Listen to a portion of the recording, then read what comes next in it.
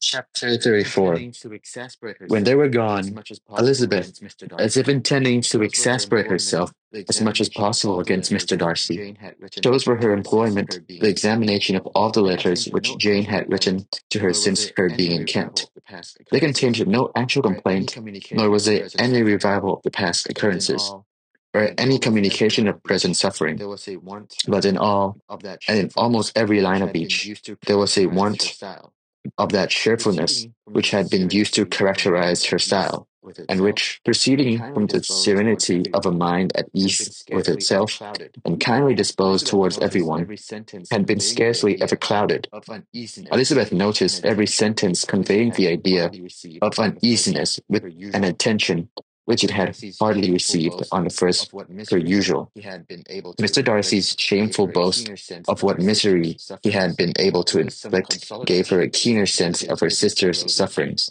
It was some consolidation to think that his visit to Rosings was to end on the day after the next, and a still greater that in less than a fortnight she should herself be with Jane again, and enabled to contribute to the recovery of her spirits all that the affection could do. She could not think of Darcy's leaving Kent without remembering that his cousin was to go with him. But Colonel Fitzwilliam had made it clear that he had no intentions at all, and agreeable as he was, she did not mean to be unhappy about him. While settling this point, she was suddenly roused by the sound of the doorbell, and her spirits were a little fluttered by the idea of its being Colonel Fitzwilliam himself, who had once before called late in the evening, and might now come to inquire particularly after her. But this idea was soon banished, and her spirits were very differently affected when, to her utter amazement, she saw Mr. Darcy walk into the room. In a hurried manner, he immediately began an inquiry after her health, imputing his visit to a wish of hearing that she were better. She answered him with cold civility. She sat down for a few moments, and then getting up walked across the room. Elizabeth was surprised, but said not a word. After a silence of several minutes, he came towards her in an agitated manner, and thus began. In vain have I struggled. It will not do. My feelings will not be repressed. You must allow me to tell you how ardently I admire and I love you. Elizabeth's astonishment was beyond expression.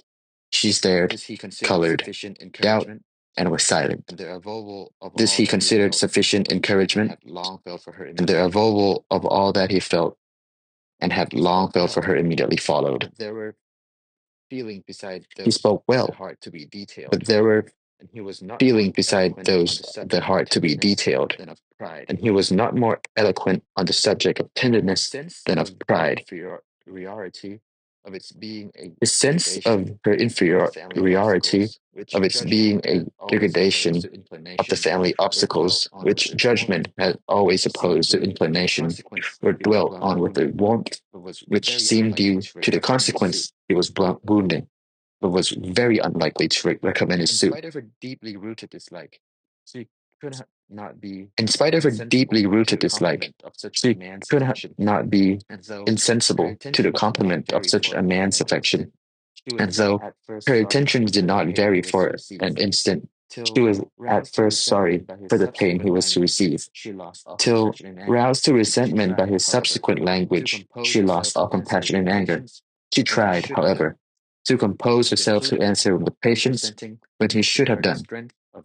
He concluded with representing to her the strength of that attachment which, in spite of all his endeavors, he had found impossible to conquer, and which, expressing his hope that it would now be rewarded by her acceptance of his hand. As he said this, she could easily see that he had no doubt of a favorable answer. He spoke of apprehension and anxiety, but his countenance expressed real security. Such a circumstance could only exasperate farther, and when he ceased, the color rose into her cheeks, and she said, "In such cases as this, it is, I believe, the established mode to express a sense of obligation for the sentiments avowed, however unequally they may be returned. It is natural that obligation should be felt, and if I could feel gratitude, I would now thank you, but I cannot. I have never desired your good opinion, and you have certainly bestowed it most unwillingly. I am sorry to have occasioned pain to anyone. It has been most unconsciously done. However, and I hope it will be of short duration, the feelings which you tell me have long prevented the acknowledgement of your regard can have little difficulty in overcoming it after this explanation. Mr. Darcy, who was leaning against the mantelpiece with his eyes fixed on her face, seemed to catch her words with no less resentment than surprise. His complexion became pale in anger, and the disturbance of his mind was very visible in every feature. He was struggling for the appearance of composure, and would not open his lips. Till he believed himself to have attained it, the pause was to Elizabeth feelings dreadful. At length, in a voice of forced calmness, he said, "And this is all the reply which I am to have the honor of expecting. I might, perhaps, wish to be informed why, with so little endeavor at civility, I am thus rejected, but it is of small importance." "I might as well inquire," replied she. "Why, with so evident a design of offending and insulting me, you choose to tell me that you liked me against your will, against your reason, and against your character. Was not this some excuse for incivility? If I was uncivil, but I have other provocations, you know I have. Had not my own feelings decided against you, had they been indifferent, or had they even been favorable, do you think that any consideration would tempt me to accept the man who has been the means of ruining, perhaps forever, the happiness of my beloved sister?" As she pronounced these words, Mr. Darcy changed color, but the emotion was short, and he listened without attempting to interrupt her while she continued, "I have every reason in this world to think ill of you. No motive can excuse the unjust and ungenerous part you acted there.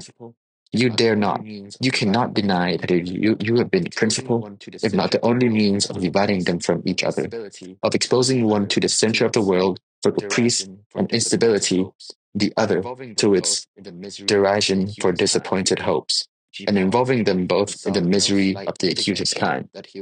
She paused, and saw with no slight indignation that he was listening with an air which proved him wholly unmoved by any feeling of remorse.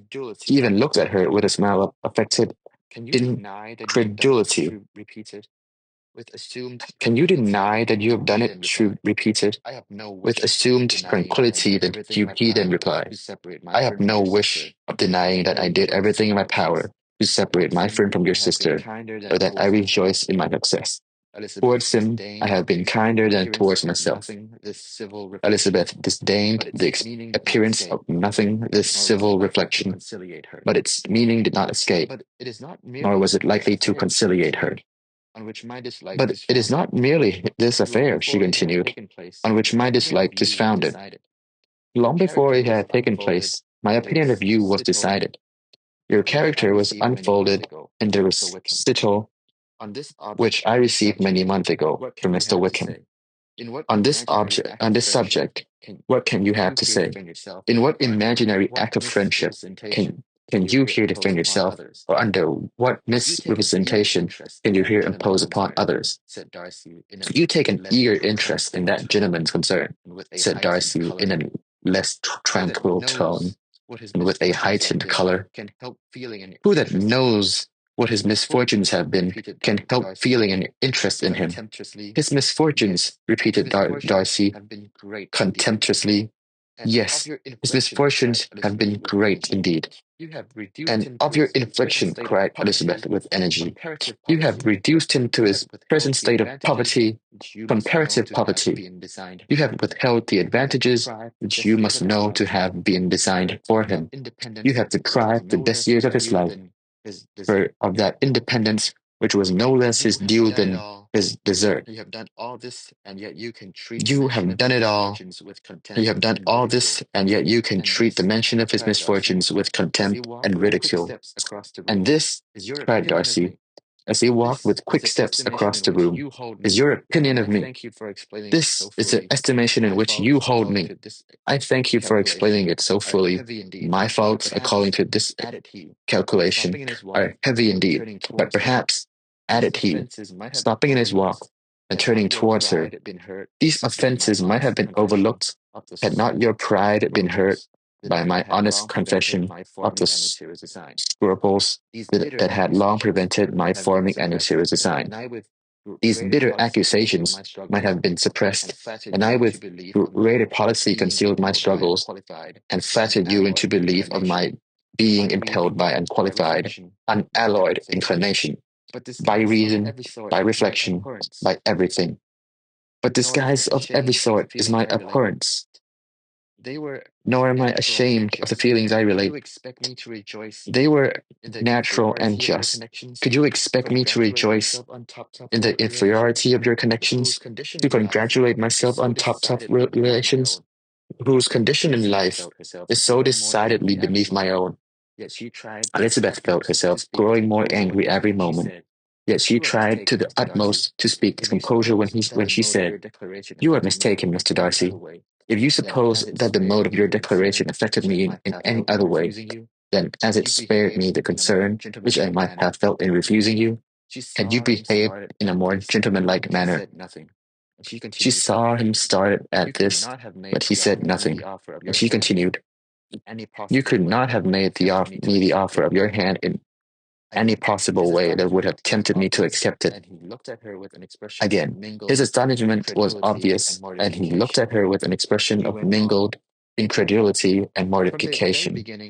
He went on, "From the very beginning, from the first moment, I may almost say, of my acquaintance with you, your manners impressing me with the fullest belief of your arrogance, your conceit, and your selfish disdain of the feelings of others, were such as to form that groundwork of disapprobation on which succeeding events have built so immovable a dislike. And I had not known you a month before I felt that you were the last man in the world whom I could ever prevail on to marry." "You have said enough, madame. I perfectly comprehend your feelings, and have now only to be ashamed of what my own have been. Forgive me for having taken up so much of your time, and accept my best wishes for your health and happiness." And with those words, he hastily left the room, and Elizabeth heard him the next moment open the front door and quit the house. The tumult of her mind was now painfully great. She knew not how to support herself, and from actual weakness sat down and cried for half an hour. Her astonishment, as she reflected on what had passed, was increased by every review of it. That she should receive an offer of marriage from Mr. Darcy, that he should have been in love with her for so many months, so much in love as to wish to marry her in spite of all the objections which had made him prevent his friends marrying her sister, and which must appear, at least with equal force in his own case, was almost incredible. It was gratifying to have inspired unconsciously so strong an affection, but his pride, his abominable pride, his shameless avowal of what he had done with respect to Jane, his unpardonable assurance in acknowledging, though he could not justify it, and the unfeeling manner in which he had mentioned Mr. Wickham, his cruelty towards whom he had not attempted to deny, soon became the pity which the consideration of his attachment had for a moment excited. He continued in a very agitating inflections, "To the sound of Lady Catherine's carriage made her feel how unequal she was to encounter Charlotte's observation, and hurried her away